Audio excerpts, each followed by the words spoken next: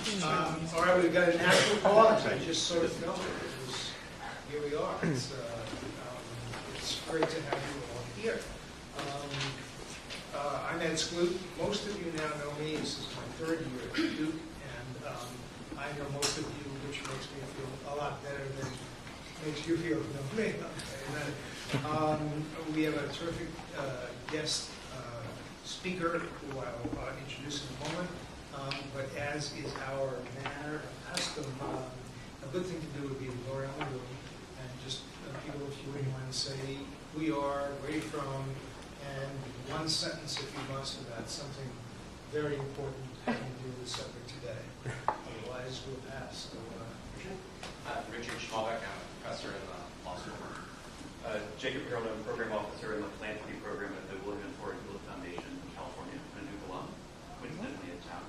And I am also on the board of GuideStar, and particularly interested to hear Lois' thoughts about partnership between the IRS and GuideStar for getting high-quality information about nonprofits to donors so they can make decisions. cool. I'm Tony Wang. I'm a JDA candidate here at Law School of Business School. And coincidentally, I also used to work at the Foundation. Very, very random that we come to each other. I'm Adam DeWolf. I'm a senior undergrad at Stanford School. I'm Megan Golden. I'm a second-year MBA student at Philanthropy. And I'm Alexa. I'm a second-year Master's in Public Policy student. Got it, Madam Stoppi-Denley. Chase? I'm Chase Oliveri. I'm a senior public policy. I want to know why Chase is sitting back there. Take them all the room. I know he wants Chase to is going to skip I early. I didn't mean to mention. Grace? I'm Gloria Lloyd, and I'm a Master of Legal Studies. I'm sorry. I'm a Master of Legal Studies student too. I'm Lauren Wonderland. I'm a first-year public policy student and master's program. Jay Hamilton, Director of the DeWitt Wallace Center for Media and Democracy at Duke. I'm Jillian Grissom. I'm my first year at my Master's in Public Policy program. Sarah Radosevich, second-year Master's in Public Policy student.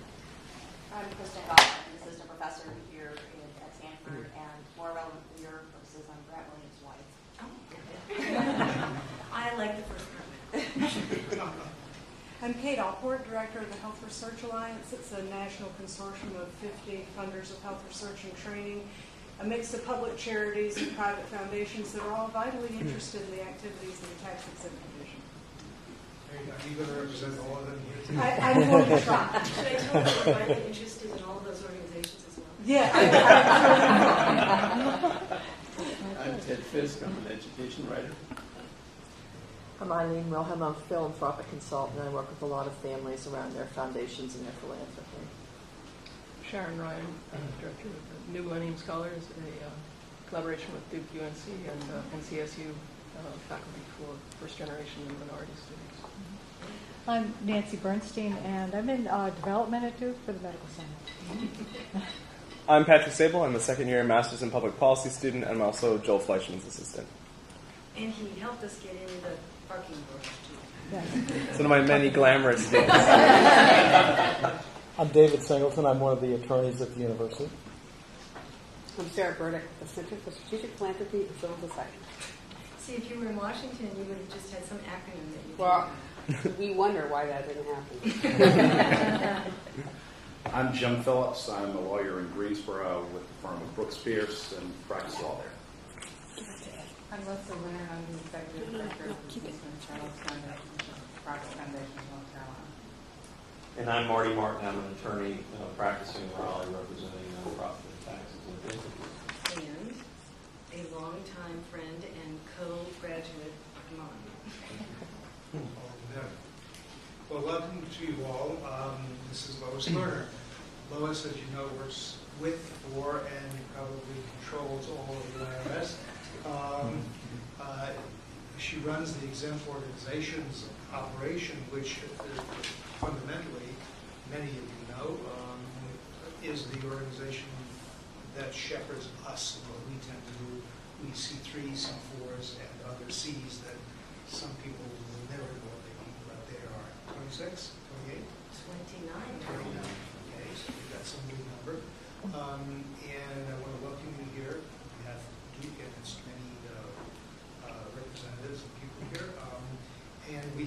title which we mangled, so I'm going to let you repeat the title and then go from there. Or don't even do it and let me guess. Well, first of all, thank you very much for having me. I really like getting out and talking to people that are not part of my regular crew, which is the ABA and the AICPA. So I appreciate this opportunity, and I particularly like talking to young people who are just starting their careers and thinking about looking at things that are related to philanthropy. I'll talk a little bit later about our academic initiative, which is actually why I'm down here. But the topic that Ed was talking about was my speech title, The Curse of Living in Interesting Times. That has been my life at the IRS. So I think I will talk to you a little bit about that, but before I do, I need to put some caveats out there. I know that you have had a lot of folks come in and talk to you about innovation in this part of the world and different ways of thinking about organizations and different ways of thinking about conducting the work. And when Ed and I talked on the phone, I know that he wanted me to address some very provocative questions, because otherwise you'll fall asleep. And I apologize if I have to keep drinking, but I gave a speech earlier and kind of used up my voice. So some of those questions were, are there too many charities? Should for-profit sector take over areas heretofore monopolized by the tax exempts? Should not-for-profit be synonymous with tax exempt? And should we look to hybrid organizations to take over some of the responsibilities that were used to charities and other tax exempt taking on?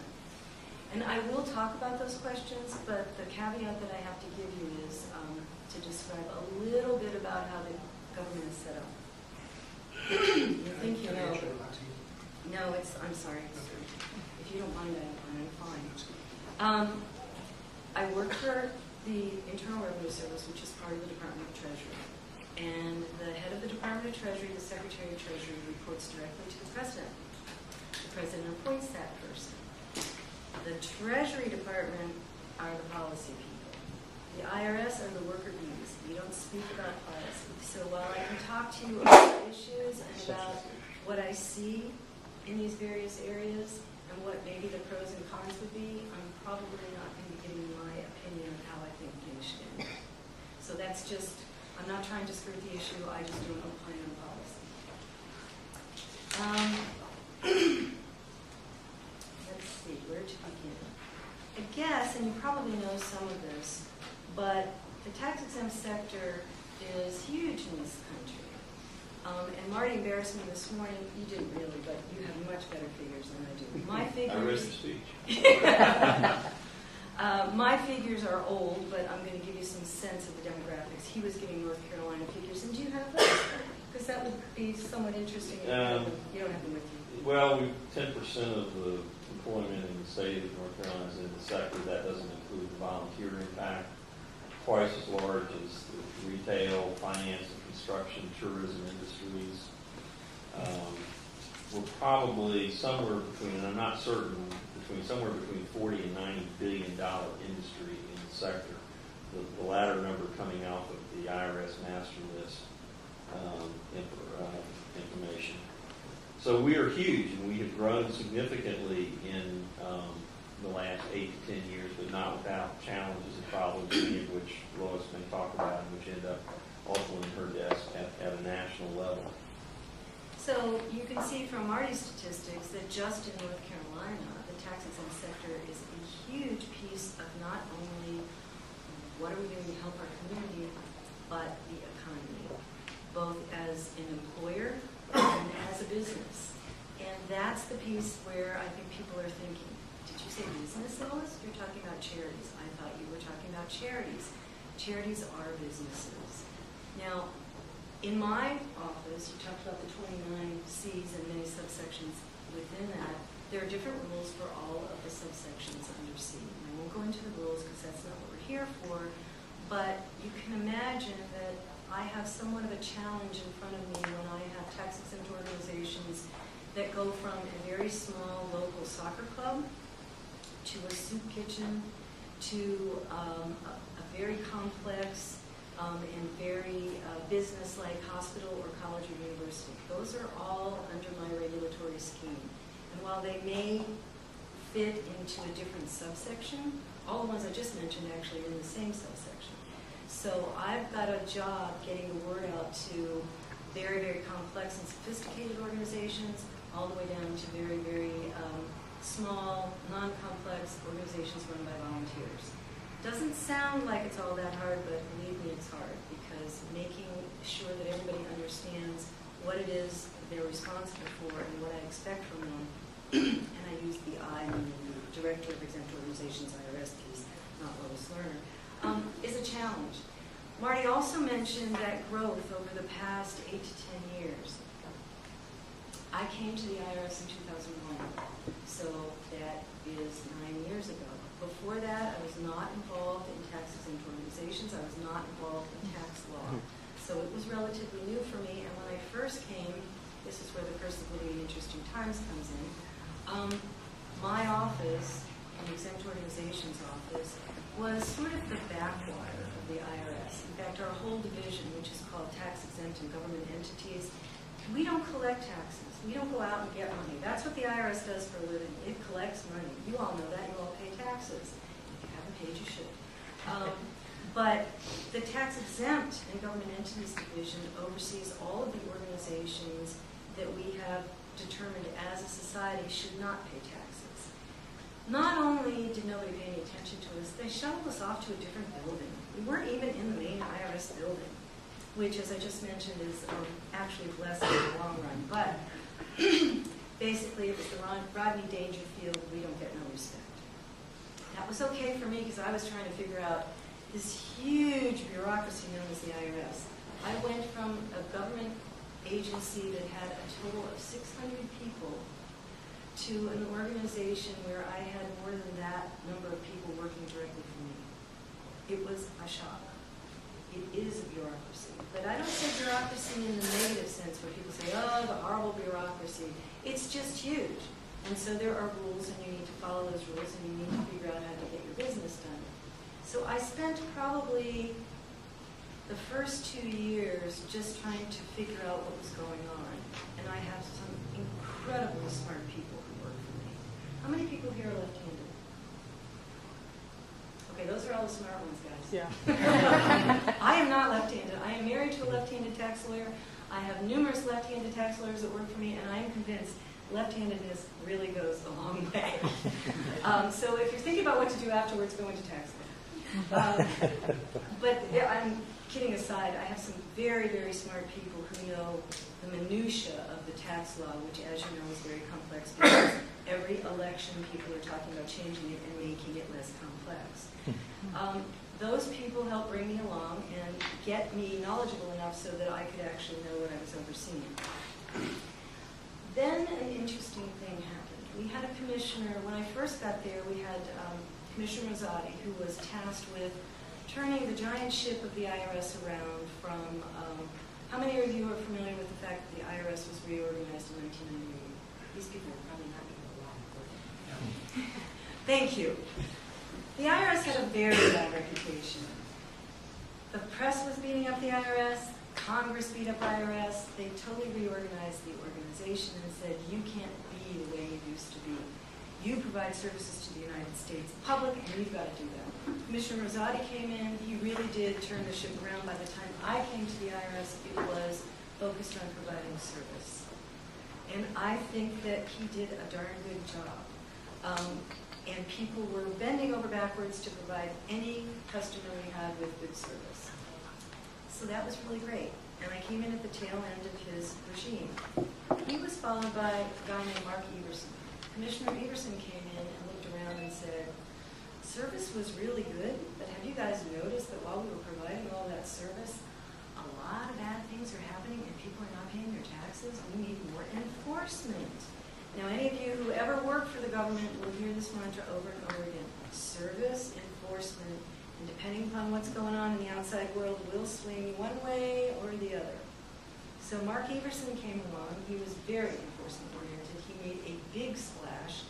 He went after some very large firms that were selling tax shelters, and he was very successful at what he did, and he made a name for himself. While he was doing that, a funny thing happened. a reporter called him up and said he wanted to interview him about these credit counseling organizations. Credit counseling organizations, there's all this word out there that they're bad.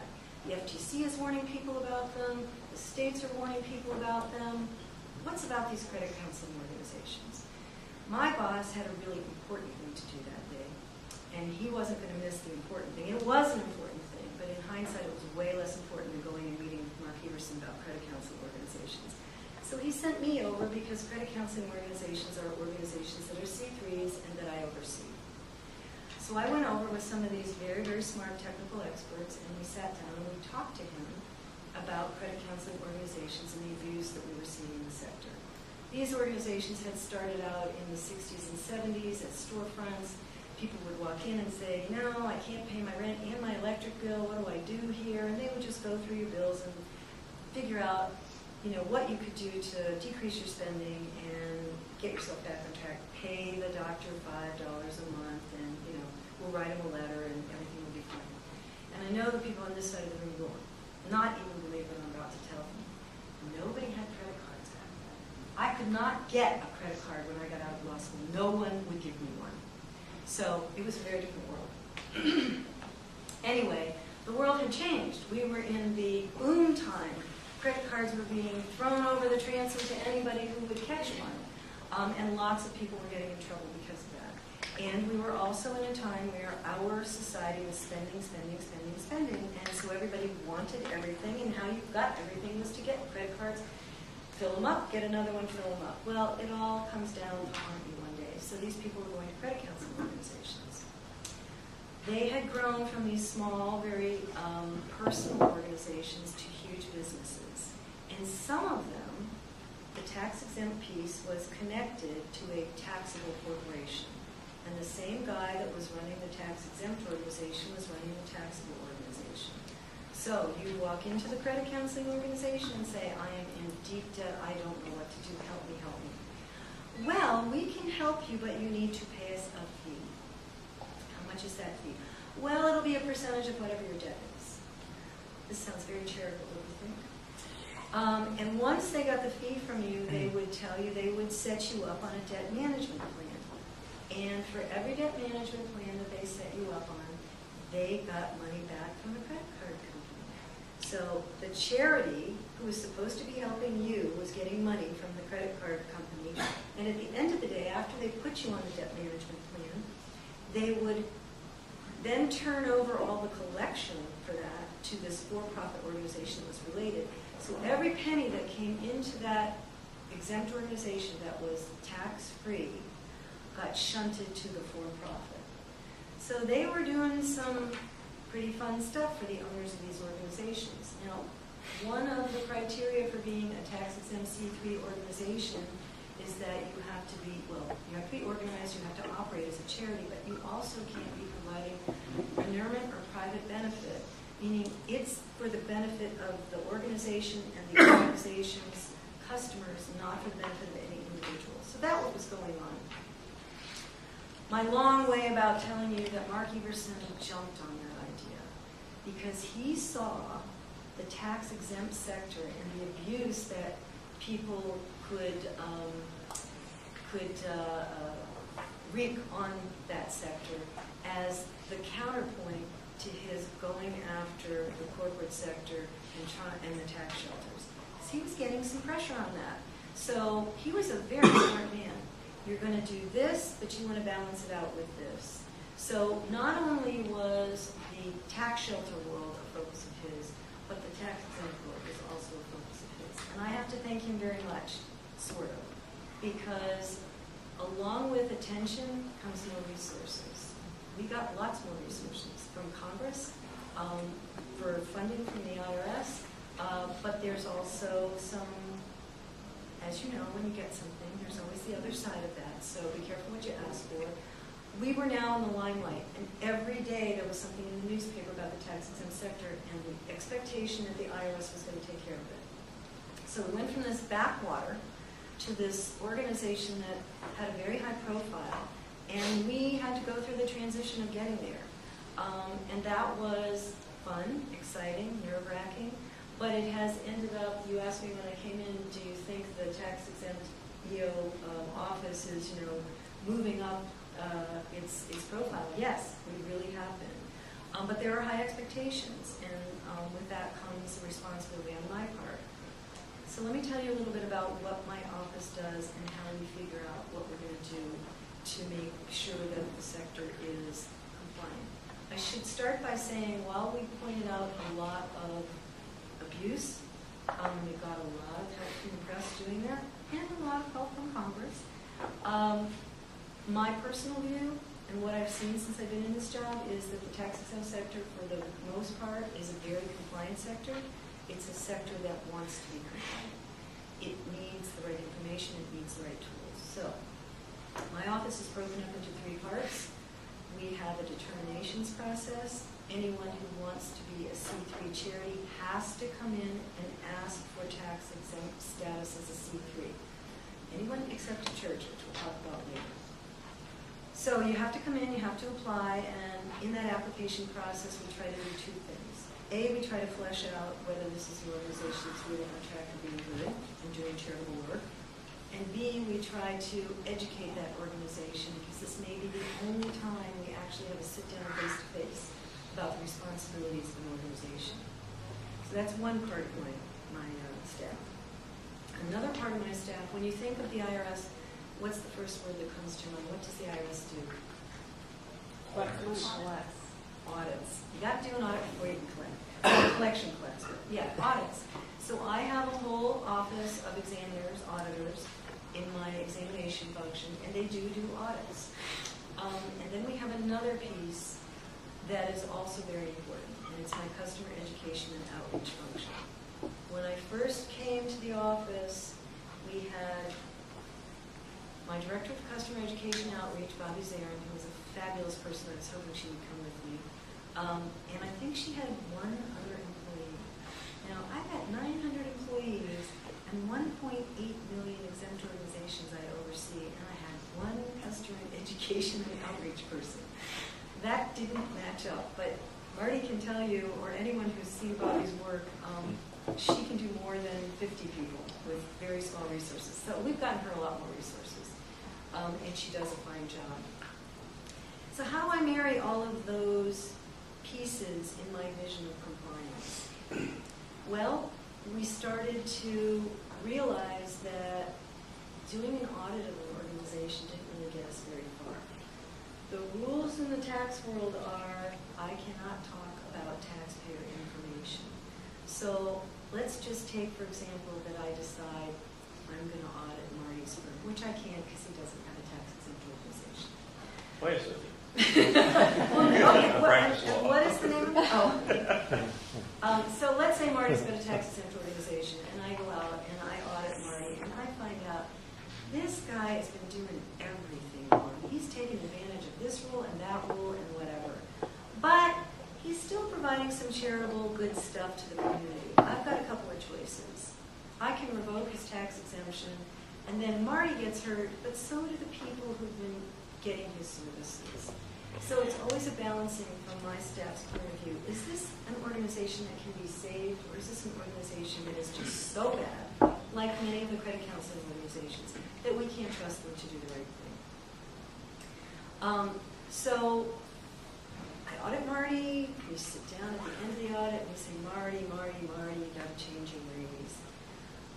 Marty agrees. We do a contract, and Marty's going to change this and this and this and this and this, and he's going to retain, and he's going to pay some taxes and maybe some penalties because he did some bad stuff. But at the end of the day, Marty gets to retain his tax exemption. You don't know anything about what just happened because it's not public. You don't know Marty was a bad guy. You don't know that if you go to his credit counseling organization, you need to ask some very, very pointed questions to make sure he's doing things correctly. None of this is public. So we thought about, how can we make this a system that can be more transparent, that can provide the type of compliance and oversight that we need, but that will also touch more than a few people. Because even though I have 400 to 500 examiners at any one time, that's, when you put that against the 1.8 million, that's not a lot. So we developed my vision of compliance. And it starts out with strategic planning. We have lots and lots of information. The GuideStar piece was mentioned a little while ago. While tax-exempt organizations have always had to make their 990s, their tax form, their annual returns public, if you went to 1.8 million organizations and asked them for their tax form, it wouldn't be a very useful tool for you. So what's happened is we've had this phenomenon with the internet, because it provides a lot of great stuff, where we have organizations that actually put the annual returns of the charities and other tax-exempt organizations up on the website. That allows leveraging of the public, leveraging of the press, leveraging of the oversight groups, because they go and they look at all of this stuff. So that's one piece of transparency that has grown up. We thought, how can we use that information that comes from those filings and information we have internally and information in the newspapers? These are 6 or 7 articles that I pointed out in this morning's session, all about North Carolina charities doing something wrong. I can't talk about whether I've audited these people, but I can talk about the fact that this is in the newspaper. So we take all the newspaper articles and press clippings, and we put together a group called the Strategic Planning Working Group. It's made up of people from exam, from determinations, and I forgot to mention, well, I did mention my very smart lawyers that are in Washington, my technical folks. They're there too. I have chief counsel lawyers there. I have research people there. And based on all sorts of information, they sit down, they put together potential projects for us to consider. And what a project might look like is there would be a piece of this project that would use a new tool called a compliance check questionnaire, where I can only do one audit of Marty and I can't share the information with you. If I go out to a particular part of the sector, for example, the credit counseling folks, and I want to learn more about broadly how they're doing things, I can send out compliance check questionnaires to several hundred of these organizations with detailed questions asking for information. Now, the letter that goes along with those compliance check questionnaires makes it very clear this is not an audit, because a lot of things attach to an audit, a lot of administrative procedures. So it says this isn't an audit, you don't have to fill it out. If you don't fill it out, we might refer you for an audit. So as you might imagine, we have about a 99% return rate on these questionnaires. It's a good tool. What we do with the questionnaire is we put it on our website, transparency. The sector knows what we're asking about. And what I've learned over time is, based on that questionnaire alone, people change their behavior. They want to be compliant. They see what the questionnaire is asking, and they say, oh my gosh, the IRS cares about that. We're not doing that. We need to think about that. So we send out the questionnaire, we get the responses, we do a report, we analyze the responses. I can't tell you about any particular organization, but I can tell you what the trends are, what the concerns are, where we see the need to do further. We make that report public. We also generally decide to take some of those organizations that answered the questionnaire and dig deeper, look behind the answers, and do some audits. At the end of the audits, we'll do the same thing. Report out what did we see in the audits and where do we need to go from here. Do we need an educational tool, some informal education? Do we need formal guidance where we'll work with Treasury and our Chief Counsel's office and put out formal rules for people to follow? Do we need to do more audits? Are we concerned here that this is an area where we really need to look deeper? So now I have used my strategic planning group that's made up of everybody. I've used my lawyers to write up the questionnaire. I've used my examiners to do the examinations. The application people, meanwhile, are looking closely at applications that are doing the same kind of activity to make sure that we're not letting people in the door that aren't doing it right. And at the end of the day, I'm going to come out with a piece of guidance or some sort of educational material that will help the sector understand where the problems were, what we're concerned about, and how they might get themselves back on track. So touching the sector in that way has been far more valuable than any number of audits I can do. So when I'm asked, if you have to cut your budget, what would you cut? People are always, particularly people in the IRS, are always surprised to hear me say, I would cut my audit staff.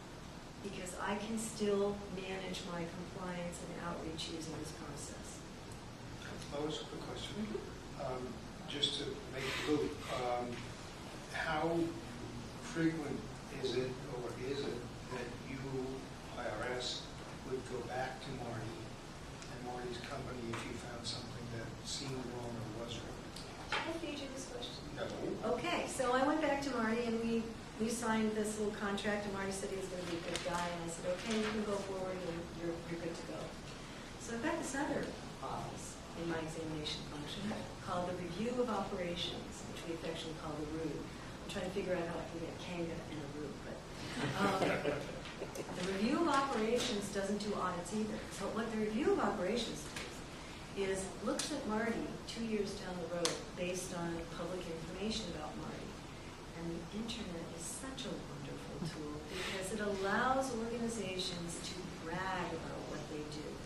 And while you might tell the IRS you're doing one thing, you're telling the rest of the world you're doing something else. We look at the internet. We look to see if they are complying with the kinds of things that they agreed to comply with. If not, they get tagged, they go back to the audit process, and we're not seeing nice the second time around. So that's why it's a full circle. We also, when we go back and do those review of operation reviews, we find trending there too, and that might go into a new project. Review of operations, and I have to give full credit for this to my old boss, Steve Miller, was his idea for a totally different reason.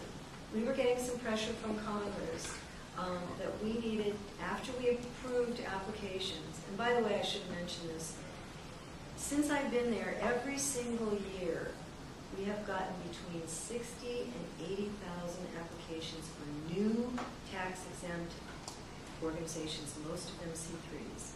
So it's not slowing down at all. The economic downturn has not affected the number of applications that come in. So I've got all these organizations, and Congress had this idea that after we looked at them, because we're just looking at paper, we're not doing an audit, we're believing what you said to us on a piece of paper, except when we ask you some questions. Congress thought, what a good idea if the IRS would go back in 3 years and do audits of all of those organizations. Congress was not offering me more people to do that. They just thought it would be a good idea if I did it. Business-wise, it doesn't make sense. So Steve came up with this idea, let's have this review of operations, and we will have a random sample of organizations that are approved every year. 3 years down the road after they're doing business, and we can actually look and see what they're doing, will get reviewed in this review of operations. And that happens too. But we also use it for the follow-up on exams. And if we have projects, we'll also look at it for some part of the project follow-up as well. So it's turned out to be a really useful office. In fact, we were very forward-thinking, even though our crystal ball did tell us that Congress would pass the Affordable Care Act on health care. We, of course, did not know that until it happened. But the ROO is going to play an important part in that as well, because part of the new health care rules require a review of hospitals and their community benefit activities. So we'll be doing that through our ROO, review of operations. So it's been a useful tool, and I think, as we transition going forward, all of us are dealing with doing more with less, both the IRS and the tax-exempt sector. So it's another way of thinking about how you can still reach and touch people, and not bother the people that don't need to get bothered, because we can pull that out through some of the questions. The information that we gathered, and I have to be a full disclosure here, my big project this year, it's been going on for 2 years, is my colleges and universities project. So no one is immune. So we decided a couple years ago we needed to look at the very largest parts of the tax-exempt sector. And when I say large, I'm talking about revenues. Who's got the most money in this sector? Hospitals, colleges, and universities. So we looked at the hospitals first. We did exactly what I told you, a questionnaire, looking at community benefit activities and executive compensation activities. And we put out an interim report, which basically said, what we see here is hospitals are confused about what community benefit is. Community benefit, I won't go into the details because it will be a long discussion, but it is the basis for a hospital's tax exemption. colleges and universities, easy. We all know what education is, but does anybody in this room know what community benefit is? Oh, yes, of course, she's the hospital lady, I forgot. But what we found was when we went out and we questioned these organizations, they were very inconsistent about how they thought about it and how they reported it. So our report basically said, shame on us. We need to do something to help them. And how we help them, and I'm sure you're all very happy about the schedule change, was we will design a schedule for the new 990 that will be specific for hospitals, and we will put it in a template form that they will report the different activities to us in very structured way so that we can educate and we can compare and we can get a real sense of what the community benefit that's going on out there is. Now, in the background of everything I do is Congress, because we have had a very active Congress during all of this time frame as well. Senator Grassley in particular has been interested in hospitals, he's been interested in the Red Cross, he's been interested in credit council, he's been interested in endowments for universities, and he holds hearings on all of this stuff, and he has expectations. So I always like to say there's a lot of noise that goes on out there in the press and on Capitol Hill, and the way that you might read one article or hear one statement would be everybody's doing it and it's all bad. I don't believe that. I do believe, however, when I hear that noise, that I ought to be looking to find out what the real story is. For example, and I will circle back to the hospitals because I think it's important. One of the things that happened with our very first compliance project, which was an executive compensation project, everybody in the tax-exempt world was getting paid $80 million a year. It was outrageous. I mean, that was basically what the noise was. Now remember, I've got colleges and universities, I've got private foundations, I've got hospitals. Some of those are very high-end organizations, they're very complex, they're very large. They probably do pay their people a nice salary. I also have those soup kitchens, and I also have those mom-and-pop soccer leagues. They're probably maybe not getting paid anything. But the broad brush was painted that everybody's getting paid too much. So what's the real truth? And we did this across-the-board executive compensation project, and it didn't turn out at all the way the press and Congress was looking at it. Turned out that we had some organizations that were paying people too much, that were providing loans for their officers, directors, and employees, and some organizations that had real problems with their reporting. But overall, and this was, I don't believe a statistically valid sample, it was across the sector, but it wasn't statistically valid. Overall, we didn't see that abuse. What we did see was enough to make us want to look more. So now when we do a project on a particular part of the sector, we always include executive compensation. So the hospital study showed some pretty high level compensation. Both the questionnaires, I think, and I'm sorry, I don't have the stats, and maybe you remember, but I think the average highest paid individual in the hospitals was around the $400,000 mark in the questionnaires, and there were about 400 questionnaires. We then did some audits. And then when we did the audits, the compensation amounts were over $1 million. So we made very clear, because we are fair, we do not want to drag somebody down a road that isn't really true. We made very clear that it was not a statistically valid sample. We had selected those organizations based on their high compensation. Because what we wanted to do was look behind that compensation and see how it was being set. What were they doing to come up with this compensation? How did they decide that that guy was worth that much? And what we learned was that almost all of them were using this wonderful little tool called the rebuttable presumption of reasonableness. It's got 3 parts. It says you need to go out and use comparable jobs, both for-profit and not-for-profit. You can use either. You need to have the decision made by an independent group of people. So if you're one of your trustees, let's say your director, your executive director is in there, and you're thinking about his or her comp, they should not be in there during the conversation. They should not be part of that conversation. And you need to contemporaneously document the decision and how it was made and why it was made. So those are the 3 pieces. If you do that, it doesn't mean you're home free. It just means it moves the ball into the IRS's court. It's a pretty big move. It's a pretty big move. It makes it much more difficult for us to show that your compensation is not reasonable. That's the rule, but what's the perception? $1.6 million? They're supposed to be a charity. What the heck is going on? There's a lot of noise, particularly because that hospital report came out right when we hit the economic downturn.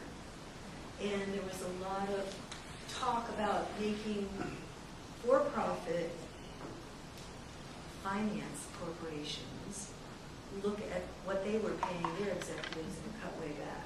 So there was a lot of noise about that. Two things that I want to tell you about that. We said, you know, we looked at that, but we don't think we looked deeply enough. We need to look behind those comparables and see whether they really are comparable. Because if you're using for-profit comparables, you can include some stuff that you can't in not-for-profit. So let's look behind that. That's one of the things we're doing in the colleges and university study. The other thing that happened was between the confluence of events, economic downturn, the Wall Street crash, the leftover from Enron, and the idea that we had put this report out talking about high levels of compensation, plus Congress, because it was holding hearings, all came together to do a good thing. Make the general public and the sector aware that we needed to think about this. This stuff is all public. Remember, I talked about those organizations putting it up on the website for anybody to look at. If you want to pick up your favorite charity and plug your name and you'll see their 990, you'll see how much they're paying people. That was not necessarily true under the old 990. The new 990 is more comprehensive, asks for more information. People who have to fill it out don't like it. People who want to use it as a compliance tool or as a tool to see what's going on love it. So I live in Montgomery County, Maryland. It's a pretty well-to-do community. We don't have a whole lot of poor people there. There are parts of the county that are less wealthy than others, but there was a charity in Montgomery County that had received a grant of $50,000 from the Montgomery County government for umpteen years. All of this stuff is happening. Everybody's paying attention. They look at the 990 for this organization. They see the executive director's paid about $320,000. Too much money. We're not giving you the grant this year. I don't know if it was too much money. I don't know if it was reasonable. But this raising of consciousness for the public is, in my view, a good thing because I can leverage the public. But for you who are going to be involved in these organizations, what you need to remember is it isn't whether you're legally correct. That's not the bottom line. Charities care most about their reputation. Perception is just as important as reality. Even though the IRS looks like it says it's fine, doesn't mean that the donor or the grantor is going to say, I'm comfortable with that. Too many charities chasing too few dollars, decisions will be made, and they'll use whatever decisions they want to make, and you need to think about that. So that is, I think, the plus and the minus of the transparency piece. It can sometimes have unintended consequences. Like I said, I have no clue whether that organization was paying that person too much. But the grantor said it was, and it chose to give its money elsewhere. The court of public opinion is going to be very, very important as we go forward, and we have more and more transparency. So that is another thing that I think about. The other piece that I think my office has worked on, again, curse of living in interesting times. Unfortunately, we lived through Enron and we lived through Wall Street. We also lived through some very high-profile tax-exempt organizations getting their names splashed all over the Washington Post and the New York Times. Metropolitan Museum of Art. Again, I can't tell you whether I looked at them, but I know what I read in the paper. Got in a lot of trouble because they wanted to pay somebody more than appeared to be reasonable, so they figured out this roundabout way to set up another organization, funnel funds there, and backdoor it, and get it to the guy they wanted to hire. And it was pretty steep stuff, even for New York. New York's extraordinarily expensive, but I don't remember the details. It was a lot of money and housing and everything else. This is a tax-exempt charitable organization that is supposed to be using its funds for its charitable purpose. The other one was the Smithsonian. How embarrassing is that? You have a Supreme Court justice on the board of directors, and yet they are paying the director of the Smithsonian outrageous money. They have a house that this person is supposed to live in. The person doesn't want to live in the house, so they give this person an incredible housing allowance. In fact, I think they paid his mortgage, even though his mortgage was already paid off. They paid his mortgage. And, you know, where's the board in all of this? We had American University, and I won't go into the details there, but it was a very ugly story. Now, there's a place where the board of directors, I believe the board of directors, some of the people on the board were whistleblowers, which is how it ought to be. They should not sit back and let that happen. But those are some things that pointed the IRS's nose into the view of governance. When we first raised the governance word, oh my gosh, we got slapped down hard. What the heck is the IRS doing nosing into governance? That is not your purview. The states own governance because the states have a responsibility for overseeing charities as well, but not the tax consequences, fiduciary consequences. So we did a lot of dog and pony shows, and we had a lot of conversations about governance, and it wasn't pretty. But we truly believe that a well-governed organization is going to be more likely to be compliant than an organization where you have very high-profile people who are sitting on your boards, and the names sound great, and the cachet sounds great, and they're wonderful fundraisers, but they aren't paying attention to business. It can get the organization in trouble, whether it's large or medium or small. So we have been pushing the governance piece for the last several years, and it's interesting because all of these things that I'm talking to you about are huge changes in the way of doing business for us and for you. And I am no different than anybody sitting at this table or running a tax-exempt organization. I don't like change. I like to know what I'm doing when I get there. I like to feel like I've got it down. I know what to do tomorrow under this circumstance. I don't like it when the wind shifts and everything changes and I've got to learn all the new sets of rules. So we've been going through a transition period and everyone's been uncomfortable. But what I've seen is, both with the 990 and with governance, a lot of worry up front. I think we managed the worry pretty well because we reached out to the community. We had a lot of opportunities for the community to come in and talk to us, tell us what their concerns were, tell us what bothered them, what they were worried about, and based on that input, very publicly tell them what we thought and how we were going to change our approach. So I'll ask you the question, and you can answer truthfully. Do you think there's a better level of trust with our efforts than there was, say, 8, 10 years ago? I think so. But a lot of it has to do with this transparency. And you may remember the question I asked you at the Toronto ABA tax section meeting about transparency. It's currently a felony to disclose return information if you're a government employee. And so government employees are obviously very cautious about that. Which is why I don't talk to you about any specific cases. But I don't see why that rule applies to exempt organizations. It makes perfect sense to apply it to businesses and individuals whose returns are routinely confidential.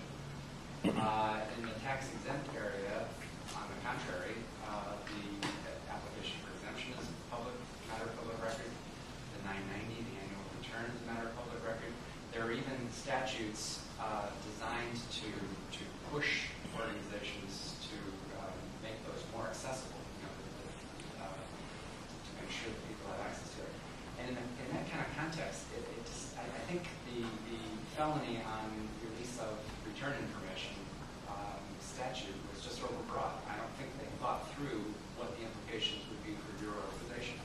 And I think it hurts you in this respect. I think back on the the audit program that you did about political activity by exempt organizations in about 2006 that involved All Saints Church.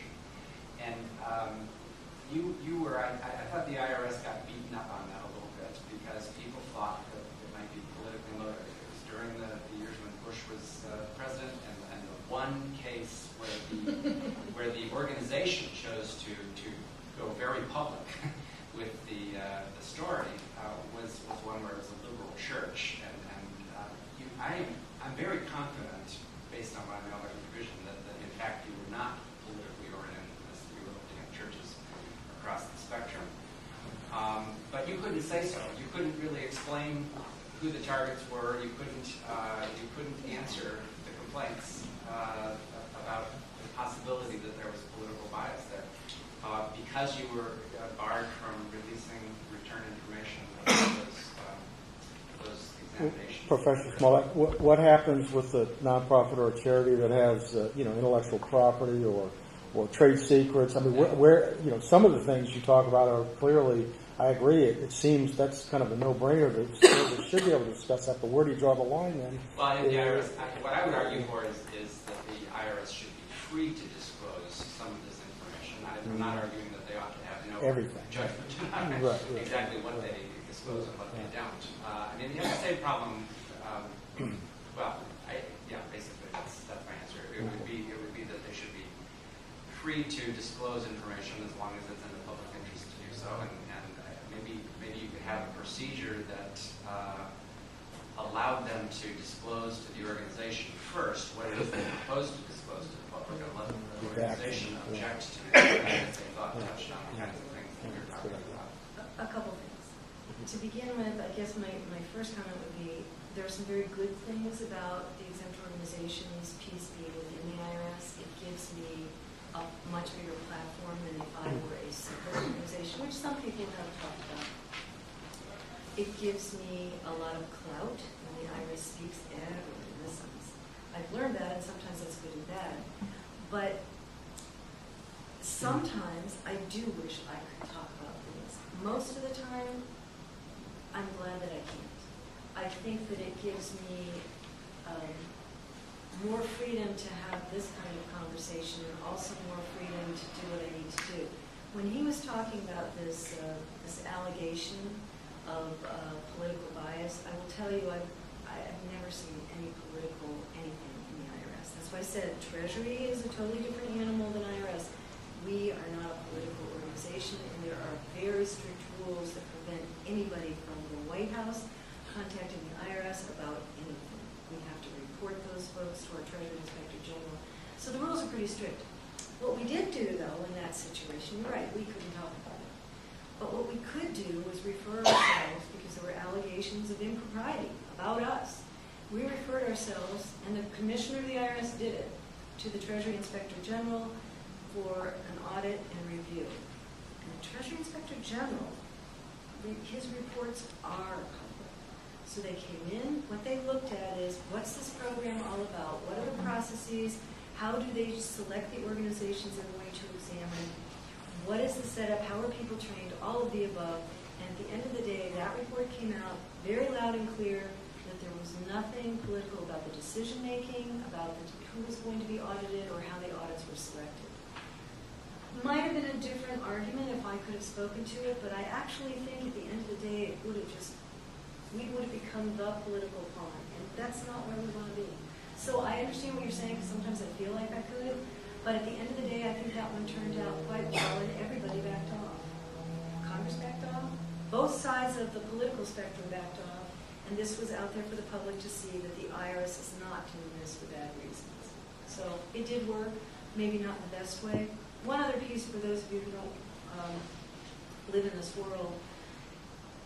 While the 990 annual return is public, the list of contributors is not, because that's a different taxpayer's information, so that gets pulled off. I think what happened was when Congress passed the 6104 and 6103, we didn't have the internet. We didn't have all that stuff. I don't think they envisioned kind of the world we live in, but I think if they were to look at it again today, they'd come out the same way, and I'm not so sure I agree with it. I understand what you're saying. But I think there is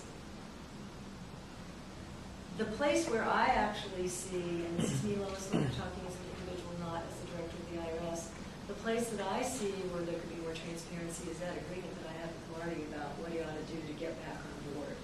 I come from the Federal Election Commission. Political committees are also very jealous of their reputations. Everything in an investigation at the Federal Election Commission is also secret.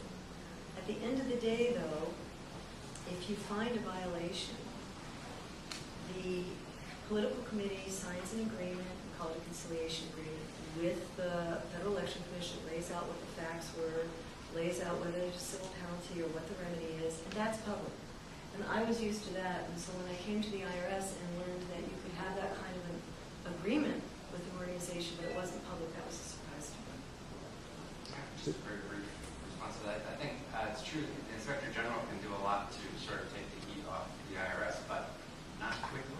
It takes a while for them to do the kind of thing that they have to do, and in the meantime, you're kind of out there exposed.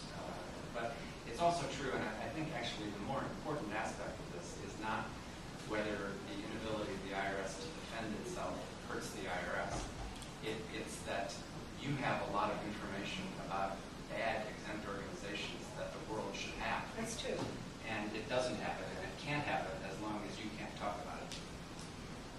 That is true, but I think in the extreme case, and the credit counseling is the best case for this, this was made a huge deal, and while we couldn't name any of the organizations, we did something we hadn't done before, because we recommended so many of these organizations for revocation, and that had an impact on other agencies, FTC, state aid organizations, and while we do make revocations public,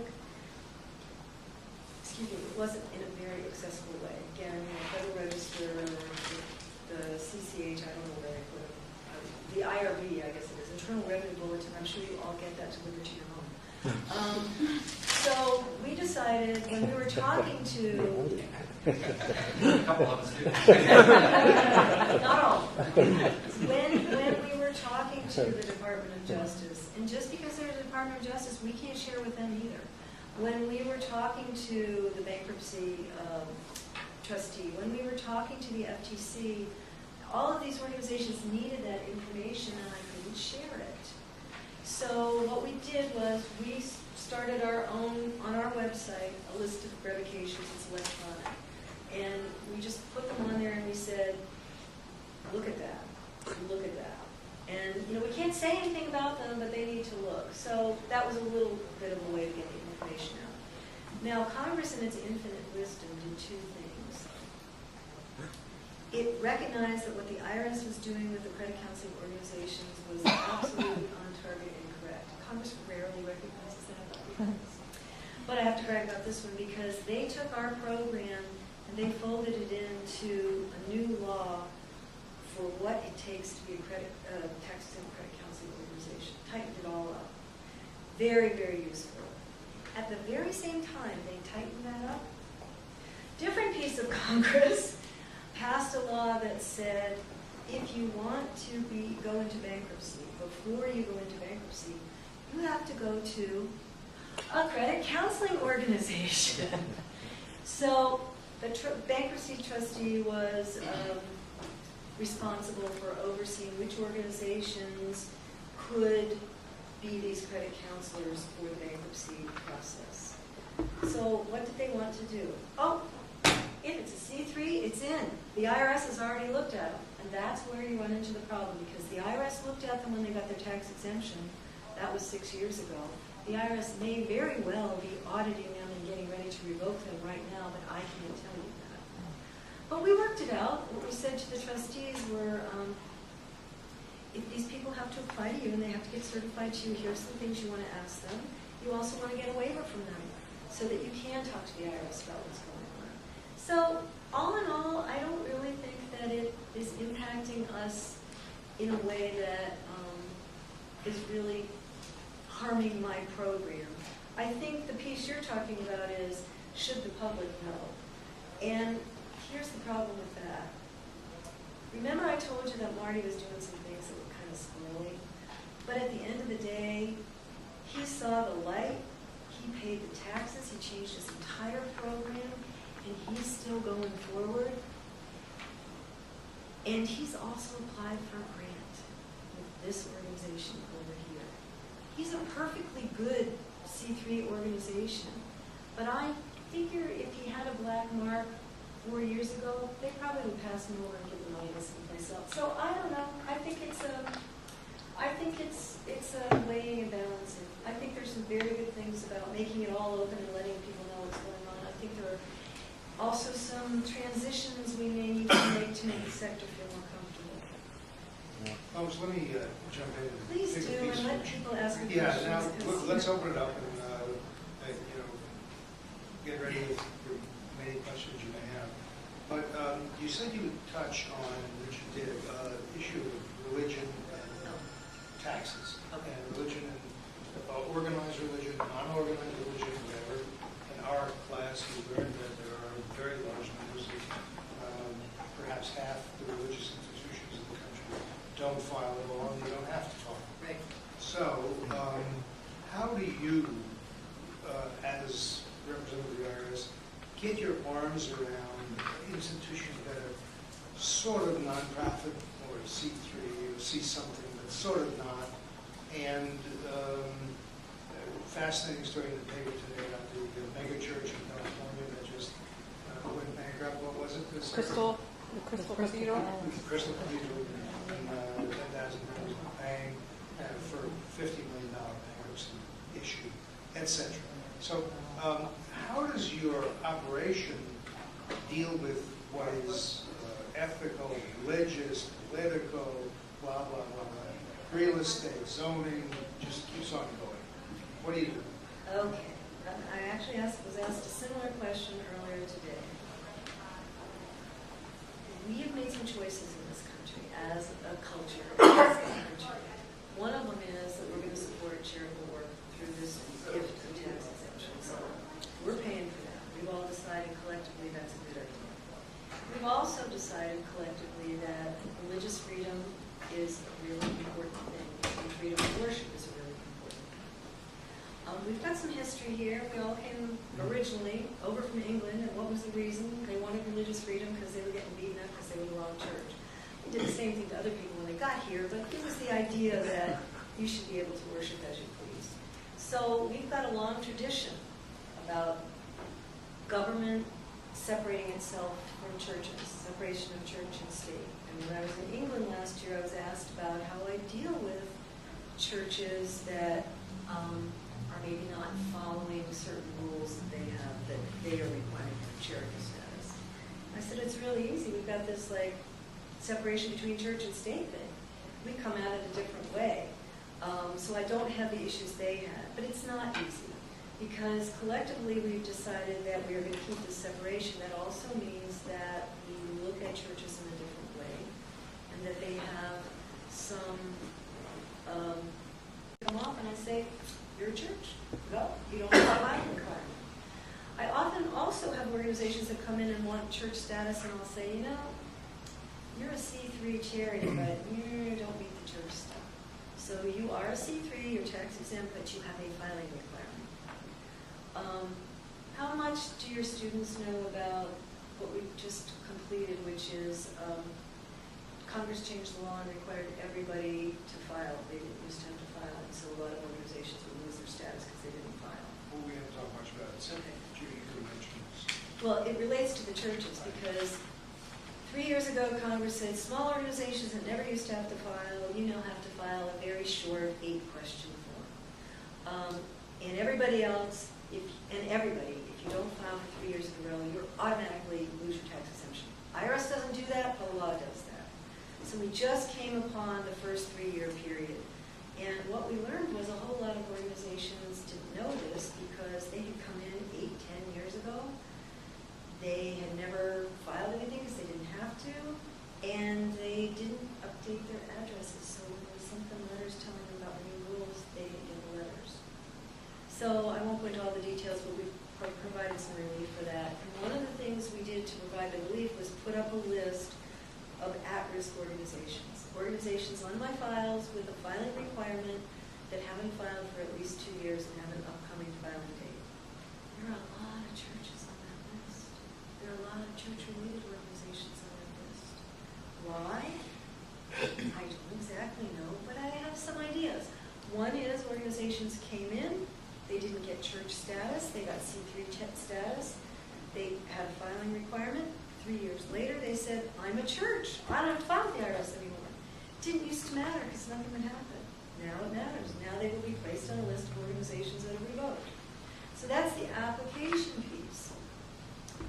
The examination piece. Congress also said, back in the old days when the IRS was just bothering everybody needlessly, you know, churches are special. The IRS should not be going in and bothering them.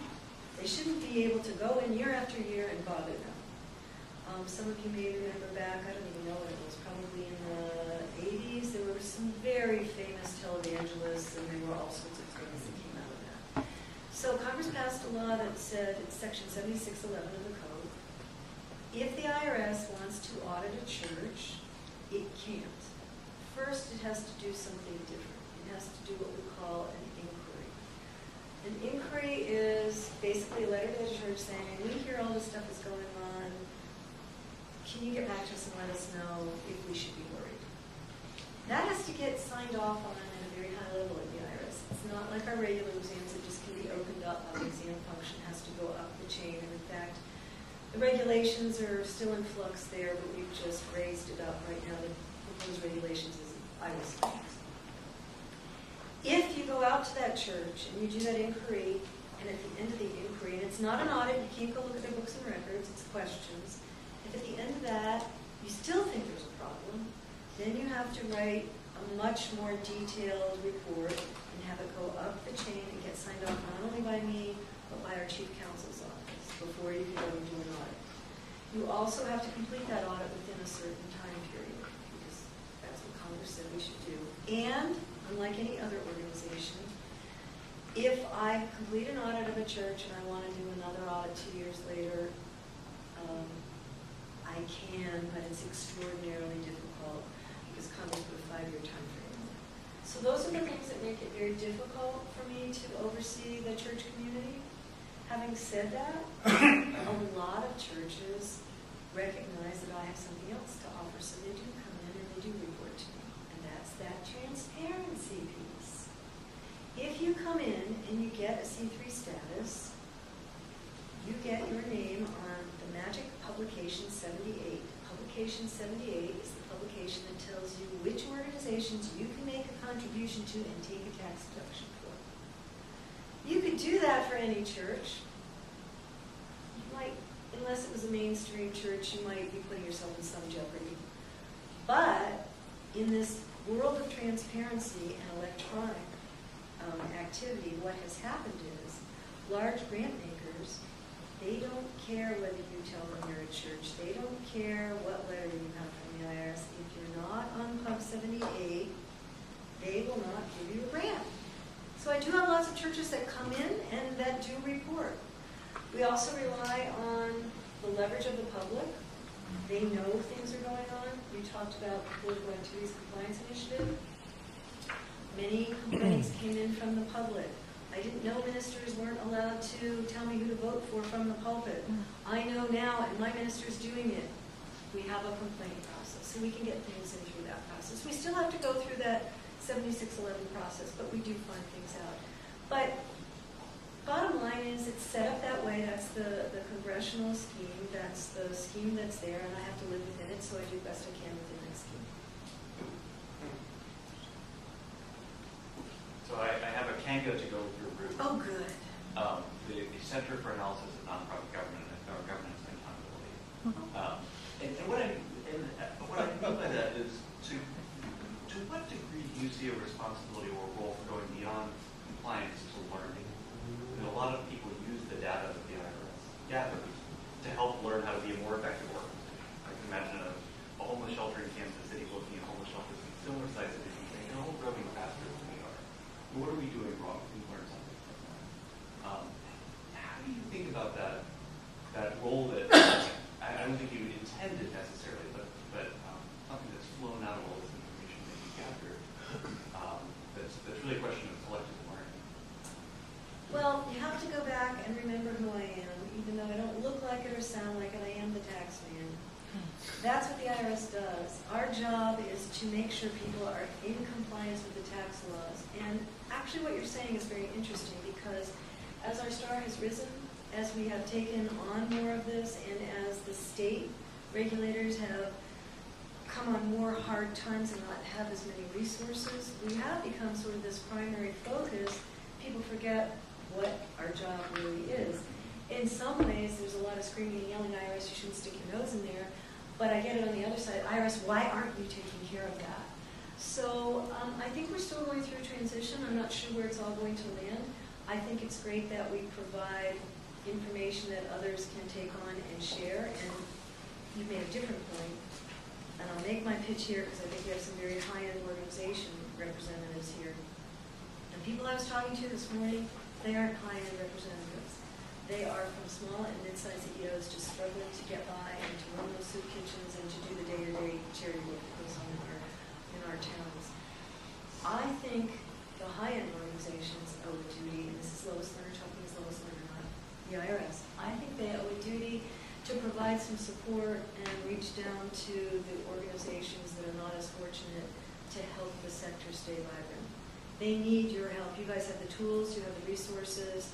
One of the things that we're doing, the reason I'm here is because we are working this academic initiative and trying to work with future leaders and putting together source material and things like that, that these folks in the small and mid-sized organizations just lap up. They love it. Now I will give you a plug for my website as well, because I think we do an awful lot of education on the website, and we've had organizations like yours or others come in who would like to partner with us. We have to be very cautious. We regulate all of you, and in our minds, you are all our children. We love every single one of you, and we can't show favoritism. And I actually had an organization come into me a couple years ago when we were trying to get something out on foreign grant making that had something fabulous that I would have loved to put up. But if I put that up, I have to put everybody's up. So I'm in this sort of catch-22. We like to partner a lot. We like to work with you, but we've got our own limitations of what we can do. So it's kind of left up to you guys, but I think you need to work hard and help the small guys. Yes, sir.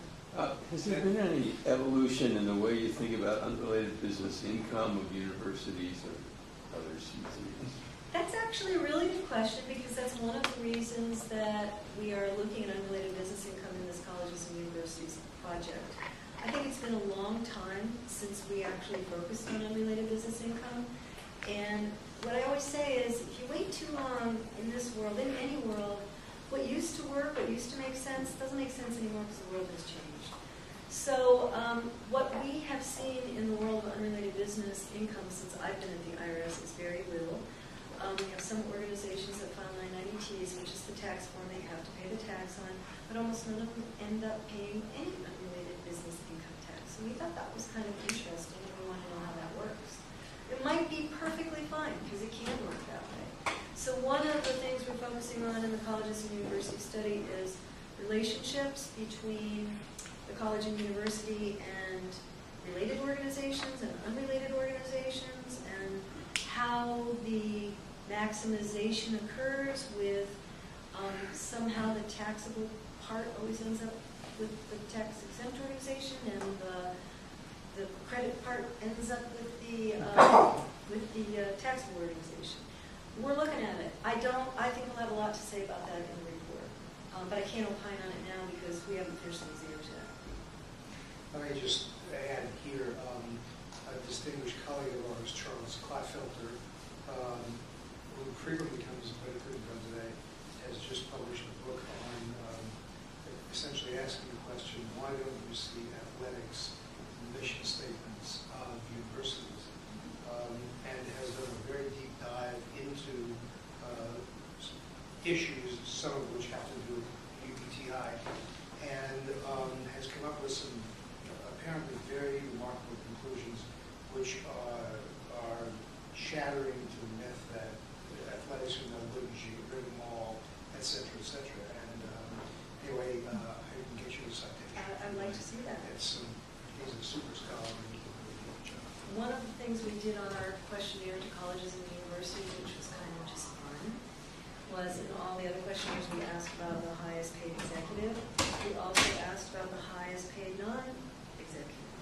And guess who that was in those schools? Large schools. It was a coach. It was a coach. Yeah, that was an interesting piece of information. There are, which is why I'm keeping my hands off. It was not a surprise. We absolutely expected it. There are a lot of very interesting rules that Congress has passed about athletics, both in colleges and out of colleges, and amateur and non-amateur. Some very, I would say, favorable rules. So remember, I don't make the rules. I just take the rules I have and I live within those rules. So I administer what Congress passes me. But some of what Congress passes me is, you kind of wonder where it came from or how it came about. Yes? I'm interested in what you all are thinking about political activities these days. On the one hand, you have the newspapers that bully invited citizens united, all these corporations giving big bags full of money to C4s who are spending it on supporting their president candidates. And on the other hand, you have C3s that are completely forbidden to do any kind of political activity, and in my humble view, have a lot of grayness about exactly what that means. And there's some things that clearly means I can't do, but there's some big, seems to be big gray area as well.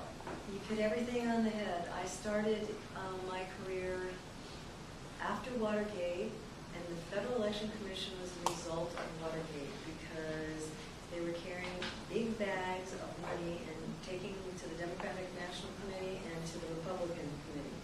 Everything was under the table. It was all back room. Guys smoking cigars. They weren't doing their politics back then. It was ugly. So they set up this federal election regime.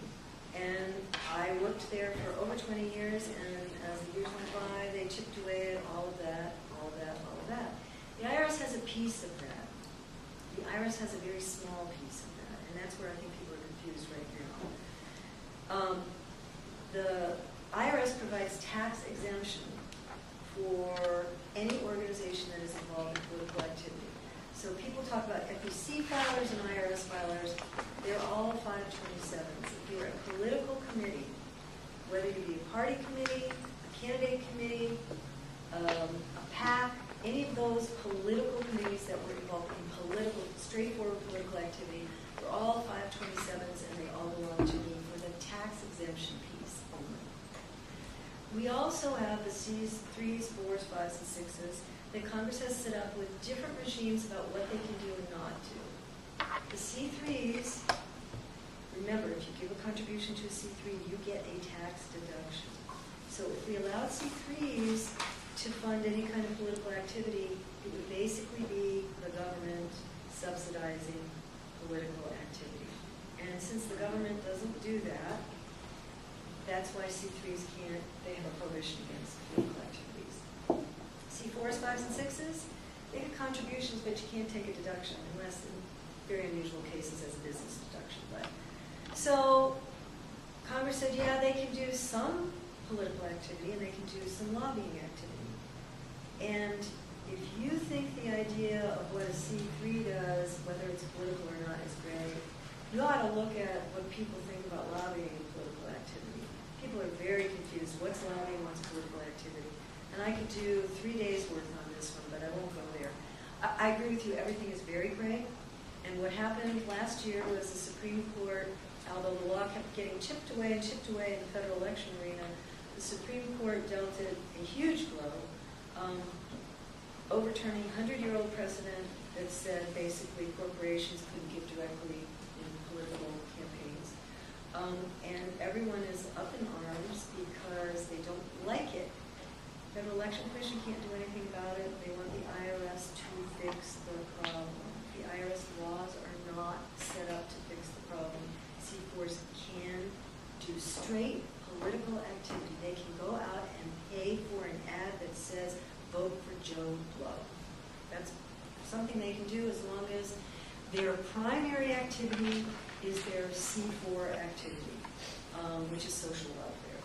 So everybody is screaming at us right now, fix it now before the election case. See how much these people are spending? I won't know until I look at their 990s next year whether they have done more than their primary activity as political or not. So I can't do anything right now. So is that that's whether the C4 is doing more? Well, it's a complicated rule, but basically it goes through 14 steps. But it basically says a C4 can be involved in political campaign intervention, and that's a political activity under the IRS rules of political campaign intervention.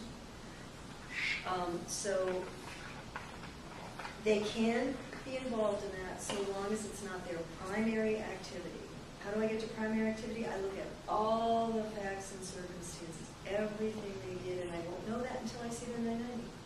So we're not the guys to plug up a hole, because yes, they can do some of this. We're not the guys to plug up a hole because we can't do anything about them until we see everything, and that's, for some organizations, we won't see it until next May or November. But everybody right now really wants somebody to plug up the hole. And the tax laws are not written for that purpose. It wasn't set up that way. And that's why you're seeing all of that discussion right now about the 4s, 5s, and 6s. We did such a good job with the C3s letting people know that they can't do that vote for, vote against thing, that when they see another tax exempt doing it, they think that must be against those two. So you're thinking more guidance for the C3s and the sort of gray areas about what is and isn't supporting candidates?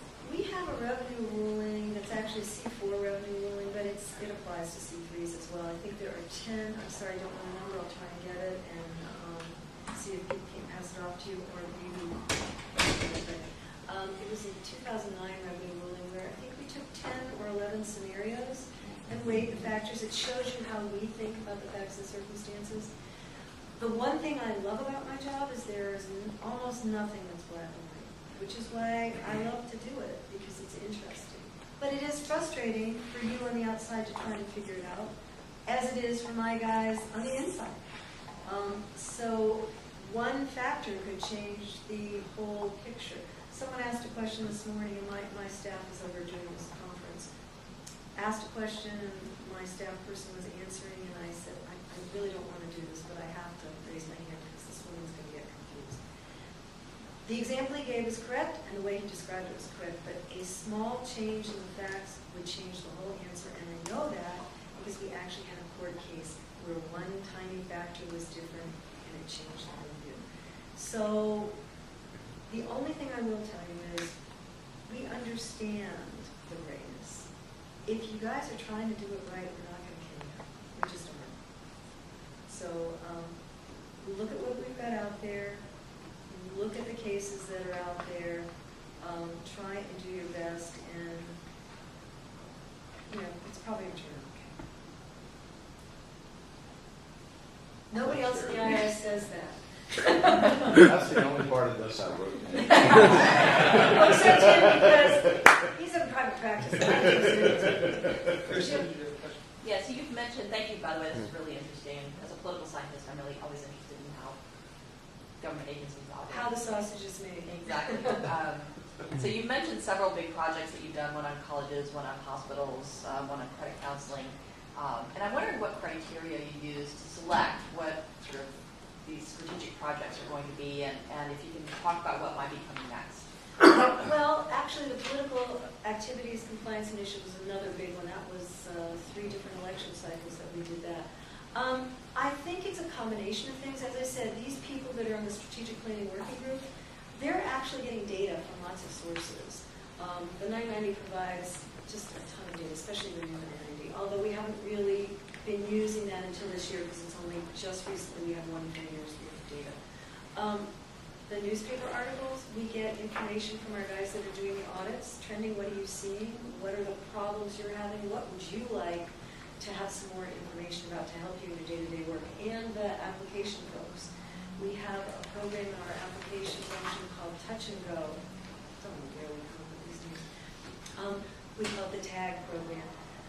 Years back, my boss kept saying to me, we need to figure out a way to catch that next thing before it happens. We need some kind of trending. So touch and go was an attempt to do that. And what happens is when applications come in, they're all screened. Some of them can be approved right away, others have to get further developed. But the touch and go people look at all of them. So if they start to see a pattern, they start to see a trend, that will be information that gets fed into that process as well. My work plan is a yearly work plan, but I learned a long time ago that it's way too much trouble a couple months before I'm going to put the work plan out to start scurrying and figure out what's going to be on the work plan. So they do this on a continual basis, and we have projects that are on the shelf that we can pull down. If we see, we try not to, originally we were taking on way too many big ones. So we try to really only have one very big one at a time, but then we'll have other ones as well. So if we see something that's very public, we'll probably pull one of those out. Sometimes we just think we haven't looked at this for a very long time. It's important for us to look at this. And some of them just seem interesting. So I think it's the collective, I truly believe, I say this all the time, it takes a village. I believe in the collective mindset. Get a lot of people in a room together, they get very excited, their energy level gets up, they put these things together. They do have to come to the directors. Me, Director of Exam, Director of Customer Education Outreach, Director of Rules and Agreements, because these projects require resources from each and every one of those groups. So I've got to get their commitment that they've got the resources to do the project. It's a pretty good process. Not very government-y either, I have to say. So that's what I'm proud.